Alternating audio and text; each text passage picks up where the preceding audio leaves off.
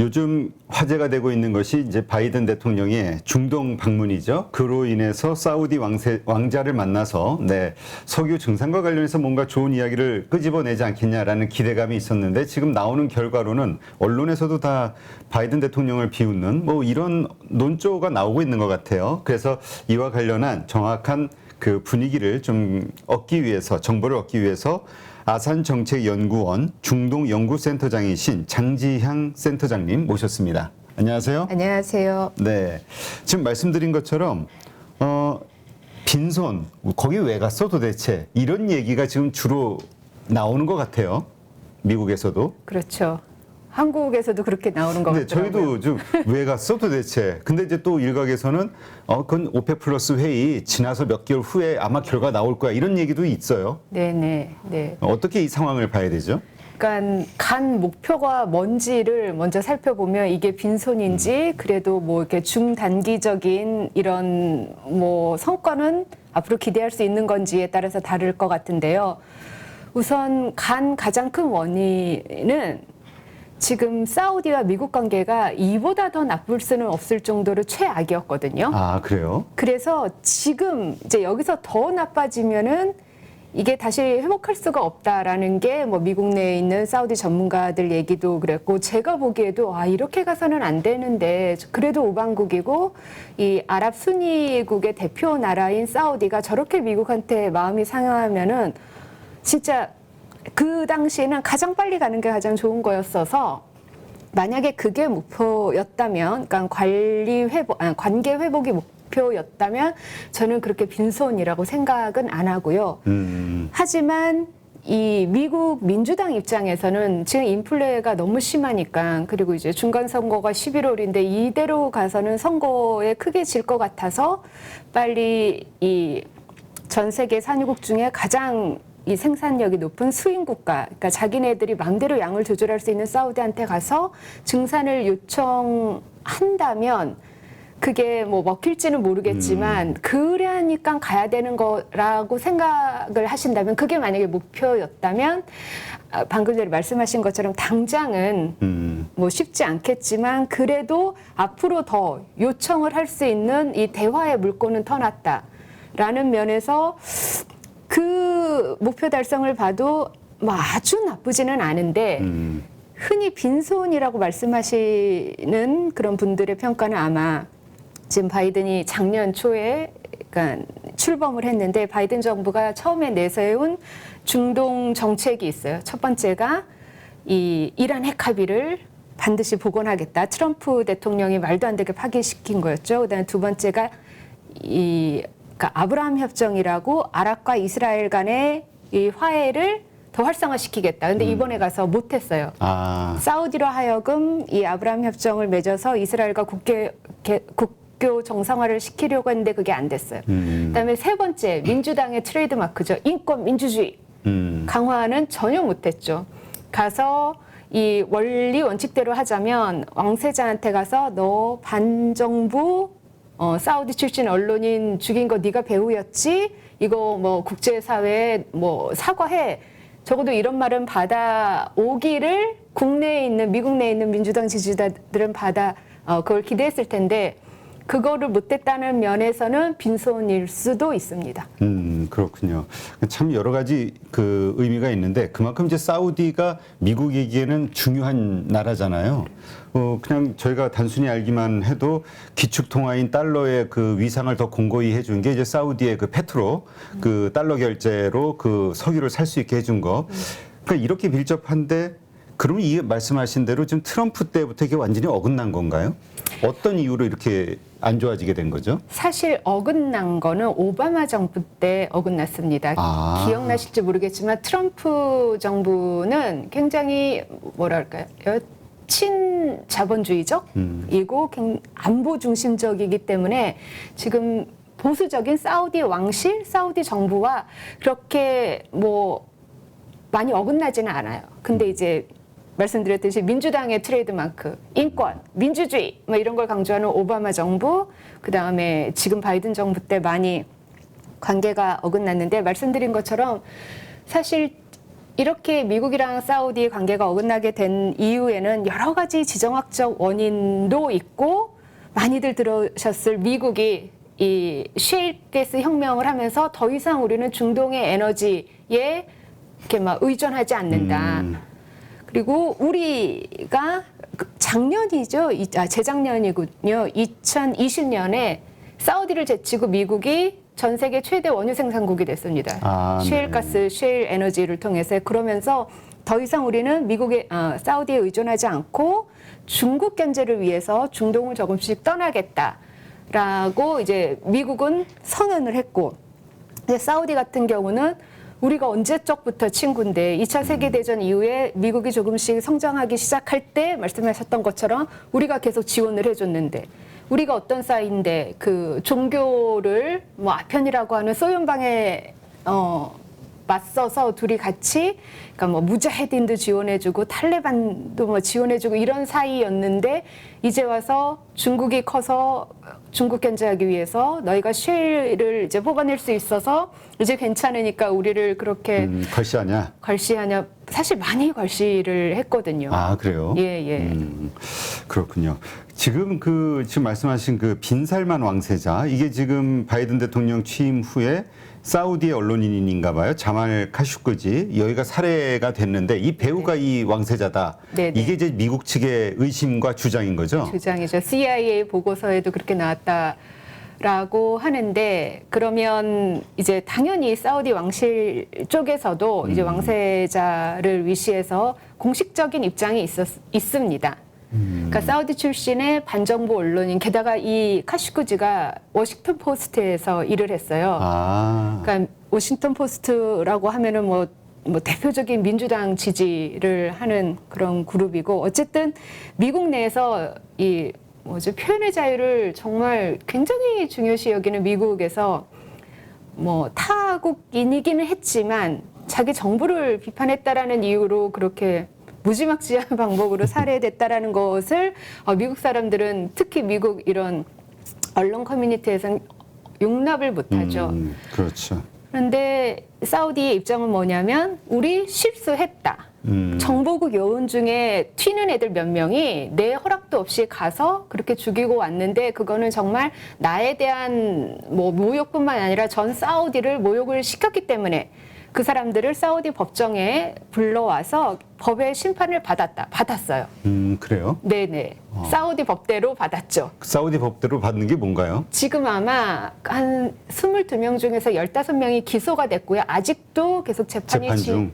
진행 중이고, 이제 뭐 왕세자의 공식적인 입장은 나도 생각하면 너무 안타깝다. 하지만 어느 나라든 실수를 하지 않느냐라고 하면서, 이제 니네들이 중국 언론인들 이렇게 탄압하는 거 시비 걸어봤냐? 우리는 딱 한 명이었다. 뭐 니네들이 멕시코 기자들 그렇게 사라지는 거 시비 걸어봤냐? 우리는 딱 한 명이다. 사과도 했다.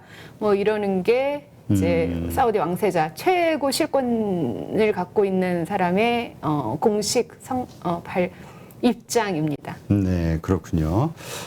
하여튼 여기에서 일어나는 갈등. 그래서 이번에 어쨌건 그동안 이제 터부시했던 이 빈살만 왕세자를 만나서, 일단 미국도 인플레이션 심각하니까, 그다음 세계 경제, 유럽이 또 좀 어렵고 하니까. 우리도 어렵지 않나요? 그렇죠. 우리도 지금 뭐 그렇죠. 근데 이게 일단 일각에서는 뭐 그런 의견도 있었어요. 이게 굳이 사우디 입장에서는 이 유가가 오랜만에, 예전에 계속 낮게 유지되다가 자기네 채산성도 없었다가 이제 좀 돈 벌만 하니까 우리 못 벌게 뭐 자꾸 이런저런 이야기하냐, 이런 입장일 수도 있지 않냐. 이거에 대해서는 사우디의 어떤 뭐 공식적인 입장 같은 게 있나요? 이런 인플레이션과 관련된? 그러니까 이번에 바이든 대통령이 빈살만 왕세자를 만났을 때 왕세자 말로는, 그러니까 너희들이 급작스럽게 이런 석유 에너지 나쁘다, 전통 에너지 나쁘다라고 하고 탄소 중립으로 가자, 탄소 제로로 가자라는 거를 이렇게 급전환을 하면서 뭐 이렇게 인플레가 올라가고 사단이 났다. 언제나처럼 너희는 이렇게 조금씩 변화하는 것, 즉 사우디 사람들이 좋아하는 거거든요. 아주 조용히 변화하는 거. 이런 거를 안 하고 니네들 환경에 맞춰서 너희들 계산에 따라 이렇게 갑자기 위에서 아래로 다 바꾸자라고 하는 게 지금 이렇게 인플레가 올라간 것의 원인이다라고 얘기를 했더라고요. 그렇군요. 참 어렵네요. 그렇죠. 사람은 항상 자기 입장이 있는 거니까. 그렇죠. 사우디 이 빈살만 왕세자도 할 말은 있겠죠. 자기 입장이 있고. 근데 이제 우리의 입장, 그러니까 그 미국의 어떤 그러한 요구 아니면 세계 경제를 위해서 너네가 좀 증산을 해줘라는 것이 과연 그들에게도 이익에 부합하느냐, 이러한 측면에서는 뭐 결론 난 게 있나요? 이야기들이? 제가 이제 바이든 대통령이 증산 얘기를 자꾸 하려고 하는 걸 보면서 저거 안 먹히는 거 알 텐데. 왜냐하면, 그러니까 사우디가 미국이랑 좋은 관계였을 때도 사우디는 굉장히 철저히 시장 원리대로 가자는 쪽이에요. 그러니까 자기네는 오펙이랑 카르텔이 있다. 이제는 오펙 플러스로 더 늘려지긴 했지만, 그러면서 하는 얘기가 물론 사우디가 중동에서 되게 중요한 플레이어고 뭐 순위파 대표국이고 하기는 하지만 신이 주신 우리의 이 자원, 석유를 그렇게 지정학적으로 정치학적으로 우리는 이렇게 그 양을 조절하는 거를 판단하지 않는다라고 하면서 이들이 항상 얘기하는 게 우리는 오펙의 집단행동 논리, 조직의 논리대로 간다라고 얘기를 해왔고 그게 정말 틀리지 않는 얘기가 지금 사우디랑 가장 사이가 안 좋은 나라가 이란이거든요. 이란 역시 오펙 멤버고 이제 거기는 시아파 종주국이죠. 사우디는 순위파 대표국인데 이란 같은 경우는 대충 아시겠지만 약간 이렇게 뭐라 그러냐 군사적으로 팽창주의 이렇게 행보를 많이 보이는 나라라서 그래서 뭐 핵무기도 개발하겠다 그렇죠. 이런 얘기를 하는데 심지어는 그렇게 사우디에게 얄미운 이란이 원유 가지고 이제 정치적으로 판단을 하려고 할 때도 사우디 같은 경우는 오펙의 맏형답게 우리가 단기적인 손해를 보더라도 그럼 우리가 원유를 조금 더 생산하고 줄이고 이런 걸 할게. 즉 철저히 오펙 조직 논리대로 가거든요. 네. 그래서 미국이 그것도 이때까지 그러니까 오바마 정부 때부터 늘 자신들을 이렇게 무시해왔고 동맹 우방국으로 챙겨주지 않았던 미국이 갑자기 정치적인 논리를 가지고 좀 증산을 했으면 좋겠다라는 얘기를 했을 때 제가 만약에 사우디 왕세자라면 우리 알면서 왜 이러냐라고 생각을 할 것 같고 공식적인 대답도 그랬더라고요. 그러니까 오펙대로 간다. 그러니까 또 사우디 입장에서 보면은 뭐야 모든 앞으로의 전개되는 어떤 경제, 세계 경제라든가 인플레이션에 대한 그 원인, 그 당사자로 나한테 책임감을 뛰어넘기는 거 아니야? 이런 생각이 들 수도 있겠는데요. 예, 부담스럽기도 하죠. 그리고 늘 그러한 이렇게 선택의 기로에 섰었거든요. 사우디가 항상. 그래서 정말 더 선대 때는 그렇게 이제 막 우리 석유 파동 나고 그랬을 때는 정치적으로 움직인 경우도 있어요. 근데 결론이 그러면 안 된다. 우리가 갖고 있는 유일한 이런 자원을 가지고 정치적, 지정학적으로 쓰면 안 된다라는 게 제가 알기로는 사우디 내에 정말 이렇게 오랜 훈련을 통해서 받아들인 교훈으로 있는 것 같습니다. 네, 진짜 불과 이 코로나 요 전까지만 해도 코로나 초기까지만 해도 우리가 석유 이 화학 이 뭐라 그럴까 이쪽을 원유라든가 이런 쪽을 석탄이라든가 이런 쪽을 좌초자산이라고 표현을 하면서 다 무너질 것처럼 그래서 사우디 이제 뭘로 먹고 살래? 맨날 이렇게 그렇죠. 했던 이야기가 떠올라요. 그런데 이제 분위기가 이렇게 보니까 그 효율성이라든가 신재생 에너지들에 대한 이러면서 다시 이 화석 연료에 대해서 이제 비중이 커지다 보니 하긴 뭐 사우디 입장에서는 그 뭐 자기네가 가진 무기가 그거니까 큰 소리 낼 수 있는 주목받는 것도 그때고 자기네 입장을 유지할 수밖에 없겠네요. 근데 실제로 사우디의 의지에 달려 있는 건 아니고 그 오펙의 그 전체 당사국들의 합의 이거에 의해서 움직이는 건가요? 저는 대체로 그렇다라고 생각을 합니다. 그래서 만약에 합의가 이루어지지 않을 때는 사우디가 약간 손해도 보거든요.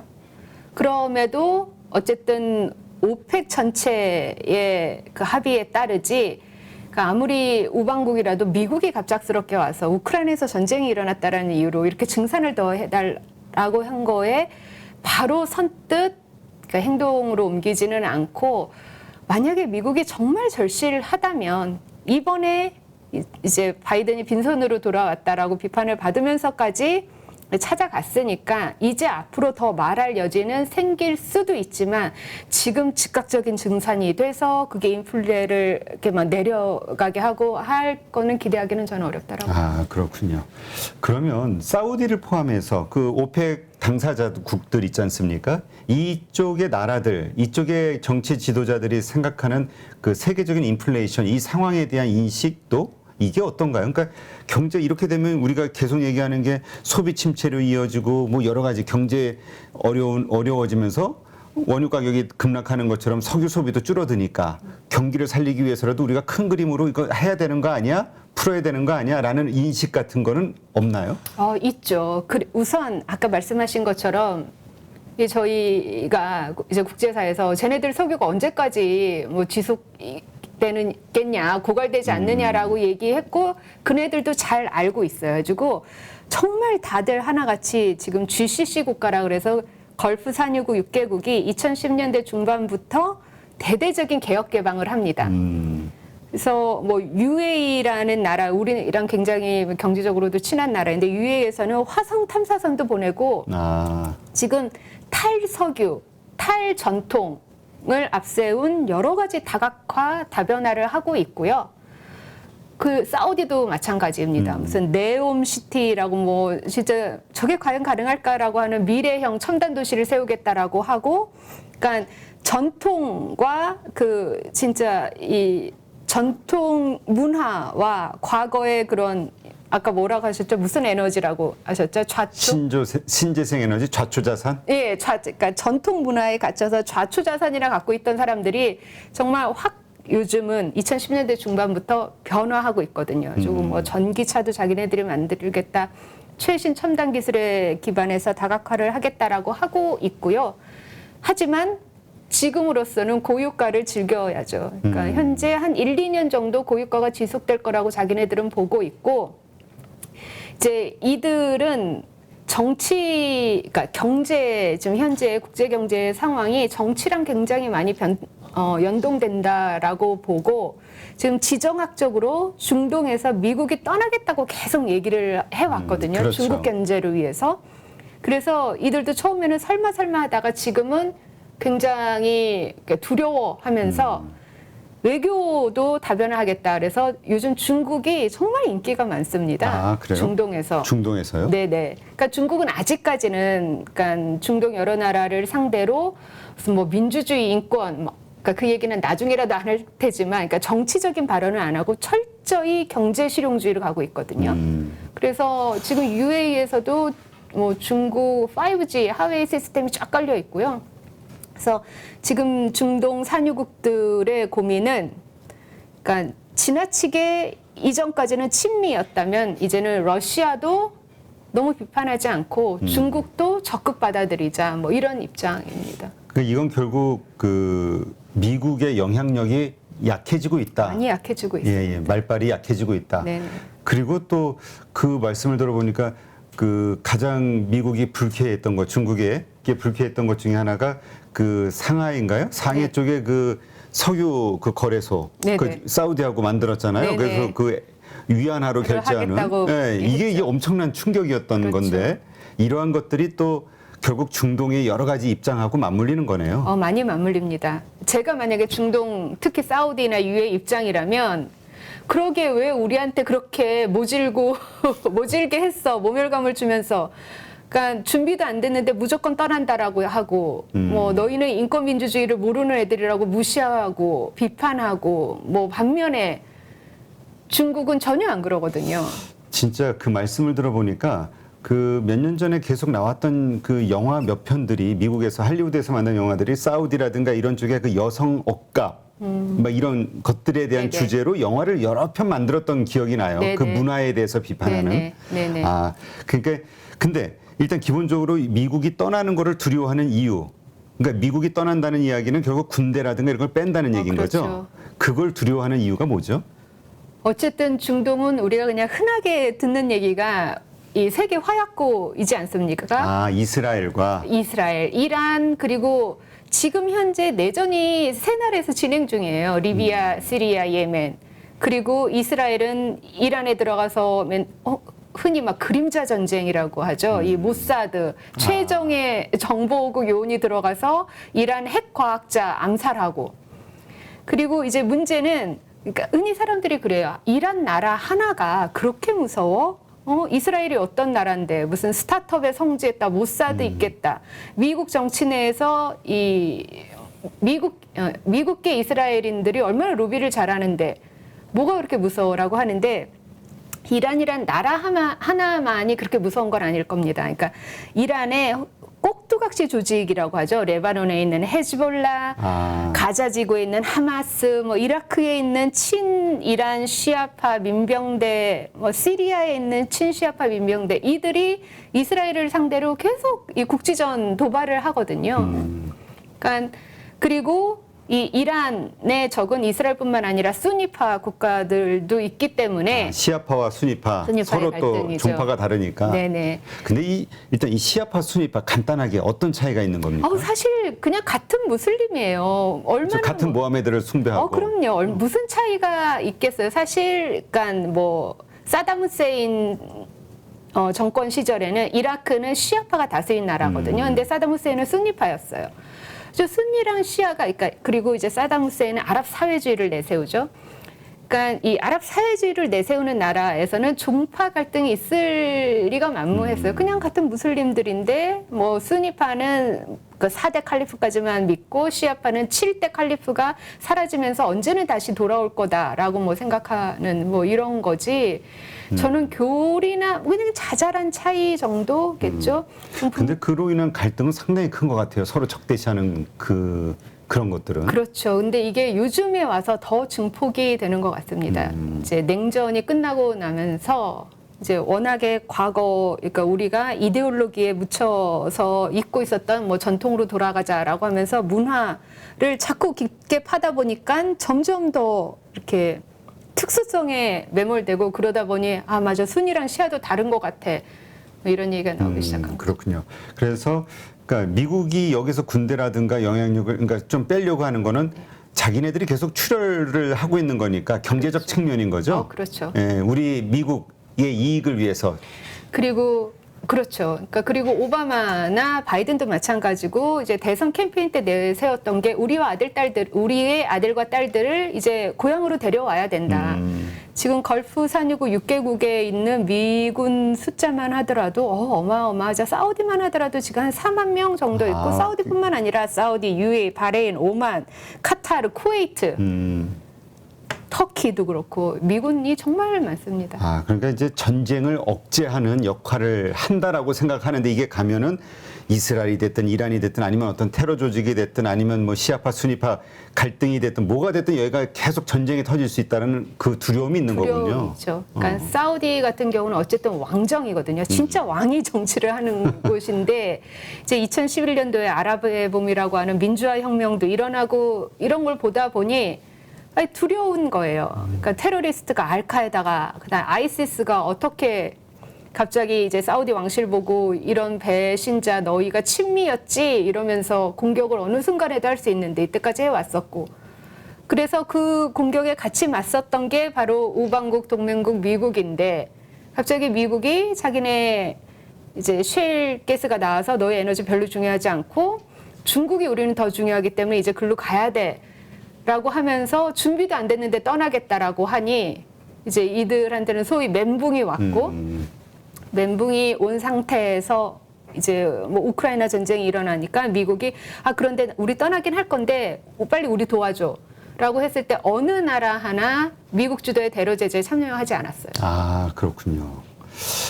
이게 있을 때 잘해야 되는데 있을 때 이게 잘해야 됩니다. 떠오르네요.